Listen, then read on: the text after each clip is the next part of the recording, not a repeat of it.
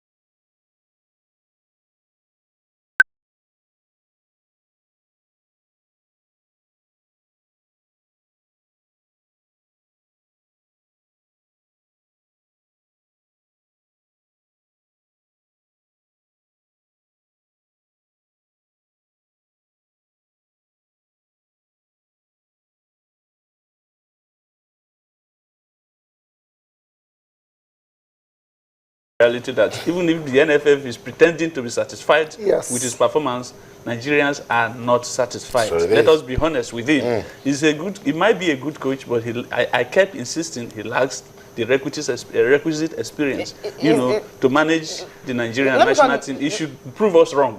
Let me come in here. Is he the one responsible for, the slide in FIFA ranking? Absolutely. If you cannot beat Tanzania, he's in charge. And you are playing to play the draw with Swaziland, I mean, these are lowly ranked countries, so it takes the points off you. And you are saying you are satisfied? This is my imagination.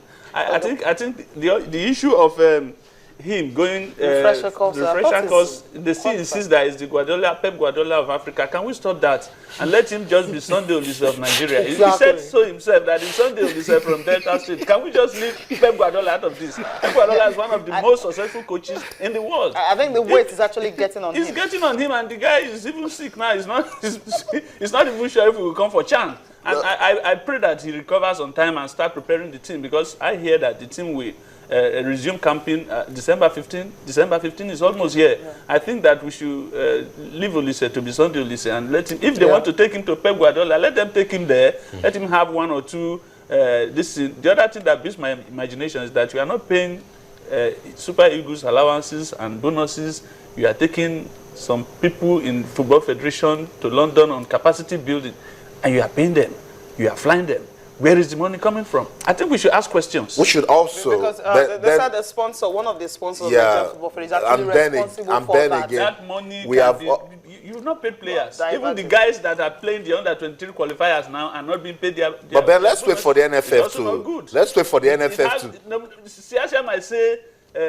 Austin, Siasia might say that it's not affecting the psyche of the players. Yeah, it is a lie. It is, because it is a lie. But it is affecting their psyche, and if we don't qualify for the Olympics, I will hold the NFF. But again, building a good Super Eagles team, Ben Alaya, we should also understand that leadership is important. Absolutely. So all of this capacity building that the FA chairmen are going for, yes, at the moment, maybe it shouldn't be, but I don't think it's out of place. Long term. Yeah, I don't think it's out of place. I was speaking to somebody, and the person was saying that Nigerians, we owe so much to our football. I say, yes, the NFF, they are just reps. Nigerians own their football. So I'm seeing it like, by the time we start having people with vision and purpose ruling our football the right way it should be, it will rub off. My take, Austin, is this. If you can get a sponsor to take people for capacity building outside the country, get a sponsor to pay the players bonuses, please. Okay, leave that one aside. There's another one here. It says, don't go near Eaglet. NFF wants scout agents. It says, Osimhen and Wankali, others are federal government properties. Vows not to issue players ITCS. I don't think that is also right. I might be wrong, but these players, individual players, you didn't sign them on permanent contract.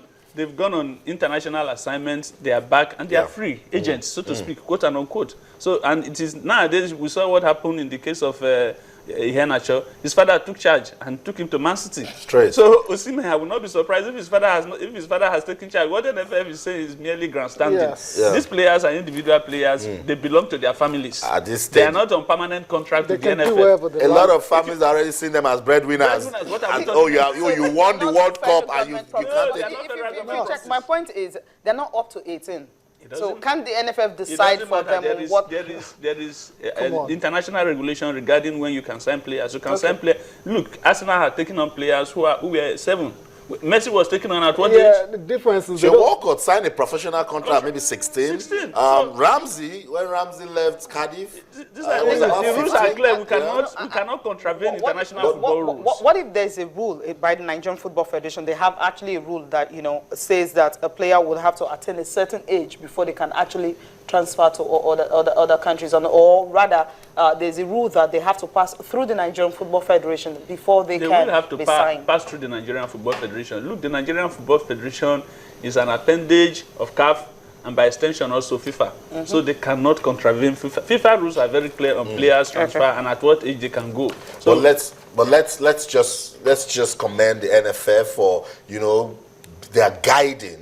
Guiding the players, that is the word. They're guiding the processes towards, signing a contract. Because there are a lot of rogue agents out there, Ben. We should say the truth. A lot of rogue agents, and a lot of these players, they sign slave contracts. That's it. So you don't even get to see them anymore, simply because at this age, somebody wants to exploit them and say, when you go here, we'll give you education, we'll give you football, we'll give you money. And then you go there, the player is slaving and just play. So I get what the NFF is saying. For now, we're not going to issue any international transfer certificate. We must know the sort of contracts that you're giving to our young players. I think that to me, like you rightly said, is commendable. But what I was trying to pick out is that you cannot force them to sit in their houses if they are being pushed. Their fathers and mothers will come and take them. There is a legal department at the NFF. All they need to do is, if a contract comes and the player says is desperate, look at it and say, okay, we will guide you. Can we look at the papers? And when they look at the papers, you can go. I think that is what practically they are trying to say there. Okay. Sports Day, Ben. And another day, another link for Nwakali. Marcel Monaco on for Nwakali. Just what we just said. We were saying a while ago that players, they have a right to be hunted after or hunted for. I think that, again, this is where the NFF comes in. They are like father figures to all of these players who are they are under 17 champions, so everybody has a right to this. But the NFF, like they are rightly saying, should guide them, but they cannot say they will hold them down. No, they can't do that. Sport, Austin, you have complete sport with you there. No, let's just take one from complete sports. I'm not going far. Let's stay with the CAF Under 23 Cup of Nations. Sia football is a 90 minutes game. Says players must not lose concentration for a second against Algeria. Very, very important.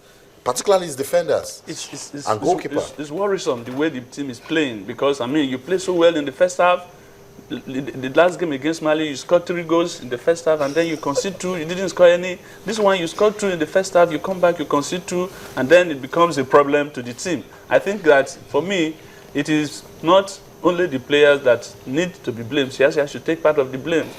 Yes, because, you are going for a tournament. Let's be frank, you are going for a tournament. You are the alpha and omega of the team. So you select your defenders. I heard Taribo this morning saying, do we even have a defense in that team at all? We know that Siasia likes attacking football. Yeah. I mean, he was an attacker when he was playing for Nons and the other clubs that he played for.